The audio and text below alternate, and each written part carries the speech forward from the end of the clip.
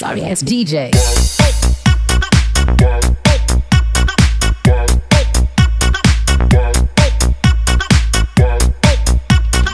Dito ako kasama mo, dito sa kabukiran mo. Miguelito. So ayan, good morning mga trops. Bagong araw at panibagong vlog na naman tayo. Ayan, bibili tayo ng gasolina saka tuti sa grass cutter. So iabang na natin to para pag umaraw makapag-umpisa tayo magdamo, saka makapag ano na rin, makapag-spray.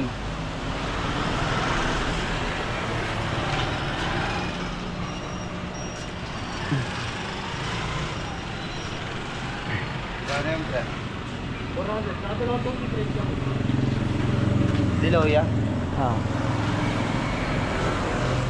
Hanggang 5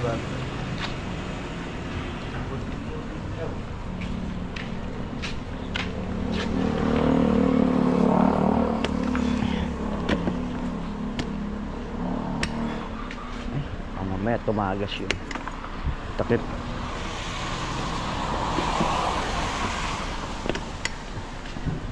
May tabas. Okay na.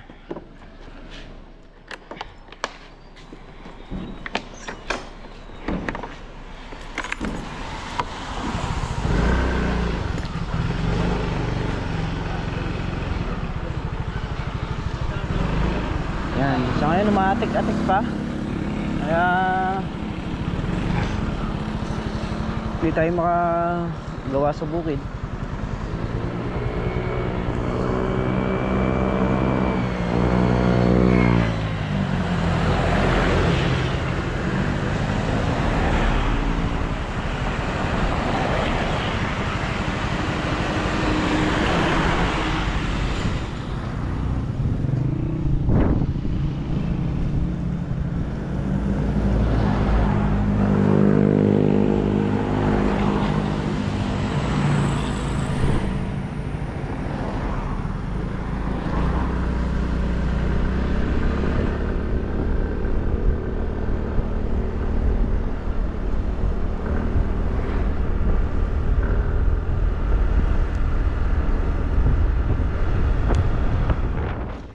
Dito nga tayo at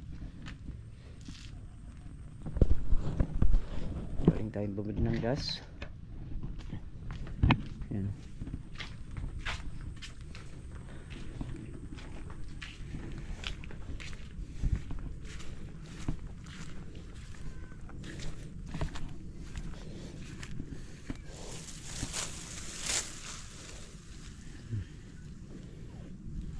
I-check lang natin yung mga kalamansi kung meron pang white fly. So kailangan pa ng isang pasada niyan.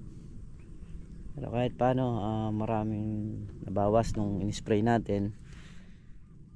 Sinasabi kong hulmahan yung nandito mga katrops. Ayan, yung nandyan sa may pinakasulok na yan. Ayan, dyan.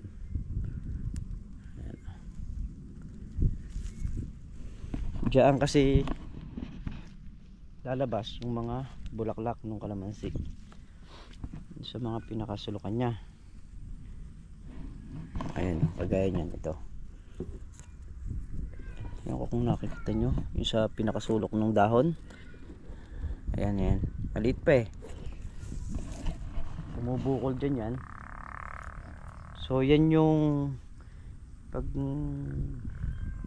yung dahon nya halos kompleto na ng ganun dito. Hindi nang pabulaklakan yan kahit na umuulan pa. Ang importante kasi makakasingit tayo ng panahon na pag in-spray natin yung sa liquid hindi tayo mauulan. So kahit na maghapong umaraw lang talaga, yun lang yung pagkakataon natin na makasingit. Ang isang araw kasi yung spray natin puro paglilinis lang muna para yung mga labasan nga niya ng bulaklak malinis. at magdire-diretso yung bulaklak niya, kasi pag hindi natin in-spray yon, so parang mag-aano yun, magmamantsa. Ang kalalabasan ng bulaklak niya mababakong lang, hindi magtutuloy. Kaya kailangan talaga bago magpabunga, maglilinis muna ng mga kilikili ng kalamansi. At yun nga yung ginawa natin nung nakaraan. Bali kagaya nun, maputi na yung nasa pinakahulmahan niya, bibirahin natin ng liquid dyan. Saka yung in-spray natin nung nakaraan mga katrops, pampagulang ng dahon yun. Magkahalo na, malakas kasing gumulang yung dahon pagka in-spray ng gamot na yun. So yun mga katrops, bali nag-grass cutter na kami rito. Dun sa dulo, iwanan muna namin tong bungad. Ayun, nandun ako sa gitna. So kanina dumaan din tayo rito para masabugan ko rin ng pataba itong mga kalamansi.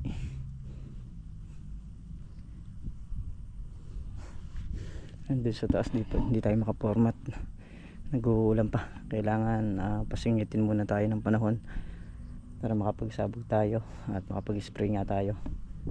So baka bukas kung sisikat ang araw, spray natin ng liquid yung ibabaw para gumulang yung dahon at lumabas yung bulaklakan niya.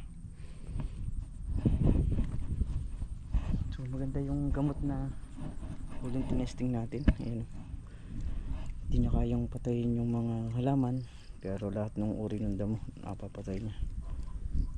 Susunog. Traps. Bali yung pag-grass cutter natin sa agaran doon sa may kabilang dulo na yun, so hanggang sa may saging. Ayan.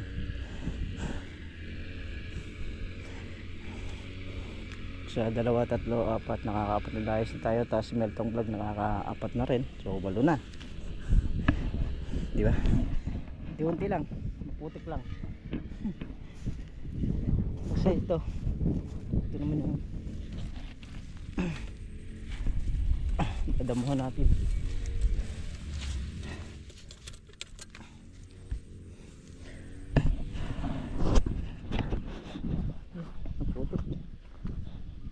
Okay lang, importante rito malinisan. Bago natin grass cutterin tanggalin ko muna itong mga tanggalan ng upo para hindi sumasabit sa grass cutter. Yun yung mga tali hindi kasi nakuha ang nailabas gawa nung nag-uulan. Saka isa pa, ang kon dito gagamitin pang pausok sa mga kalamansi.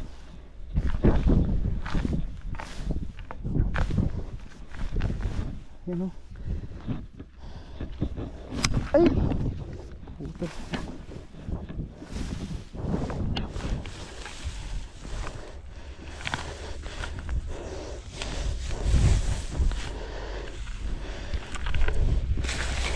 Yan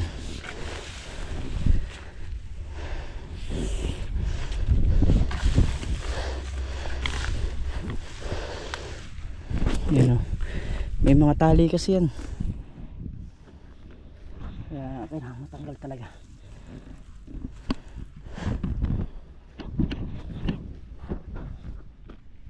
Ayan ang mga traps, magmula dito sa may kubo hanggang dito.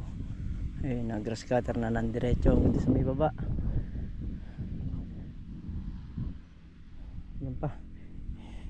Yan pa, nasa na rin tayo, kalahati na tayo rito.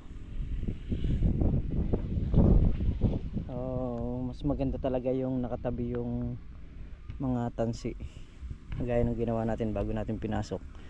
Kunin muna natin yung mga tansi dyan sa may loob niyan, lalagay naman natin dito sa malinis. So pag natuyo yan, yung mga baging ng upo, pwede natin sigaan dyan yan.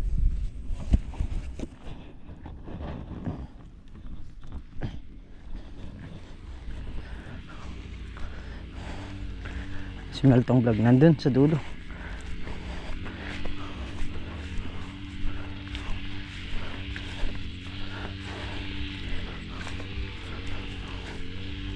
Hindi kalinis.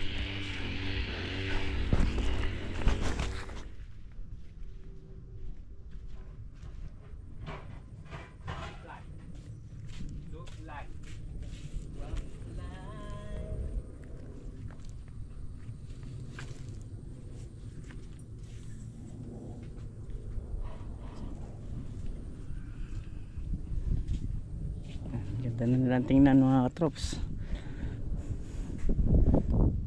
Malabong na rin.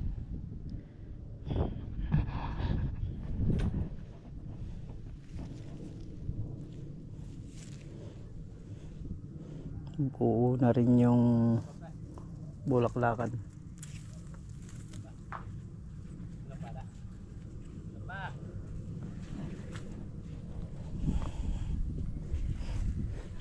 Galing nung nung gamot na nabili namin. Sunog talaga yung damo. So sunod yan na lang din ang gagamitin natin.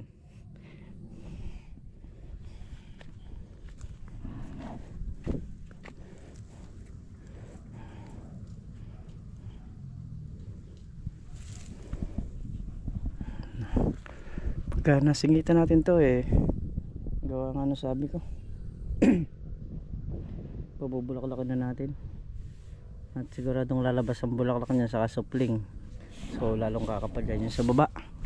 Mga nagsisipag supling na rin mga nasa baba na yan. Nandun sa dulo. Sintataas na nito. Ang maliliit lang din sa bungo sa baba yung tabing kubo na to, yung bungad. Kung alin pa yung nakabungad, siya pa yung maliliit. Pero magagawa niya ng para makakahabol din yan pagka yung time na nag-araro na, saka masasaka natin yung pataba. Yan mga katrops, kami nga pauwi na bukas uli. Basalan na naman tayo ng grass cutter, kaya bukas dire-diretso. At bukas siguro bago ako mag-umpisa yung mga baging dapat ko munang itabi para kahit medyo matagal yung pagbabaklas ng baging, yung pagtatabi ng baging sa malinis paglalagay, mas mabilis namang grass cutterin o walang abala.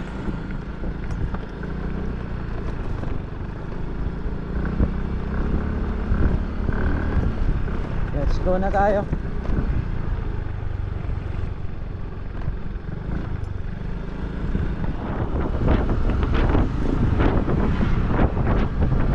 Ginagawang flood control.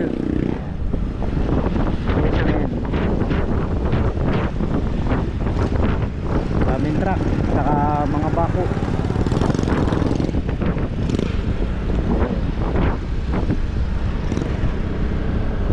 So yun mga katrops, ayan, una po nagpapasalamat tayo sa inyong lahat. Ayan, maraming salamat po sa inyong lahat at patuloy nyo po sinusuportahan yung ating vlog. Ayan, thank you po sa inyo.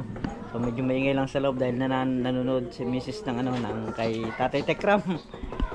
Ayan, isa rin kami kasi sa nanonood doon sa Tekram family sa Manalastas. Ayan. So bago natin sara yung video, syempre mag-shoutout muna tayo. Ayan, shoutout po kay Ma'am Marites Sabado, kay Sir Alexander Diamante, kay Darwin Pascual, kay Brad Talong. Ayan, shoutout po sa inyo. Syempre shoutout po kila Tita Leia, ayan, kila Tita Gemma, shoutout po sa inyo, kila Nana, kila Tita Donna, lahat po ng nagmamahal sa channel natin. Ayan, maraming salamat po. Hanggang dito na lamang po yung ating simpleng video. At mag-iingat po kayo lahat palagi. Ayan. Bawal po sa lahat.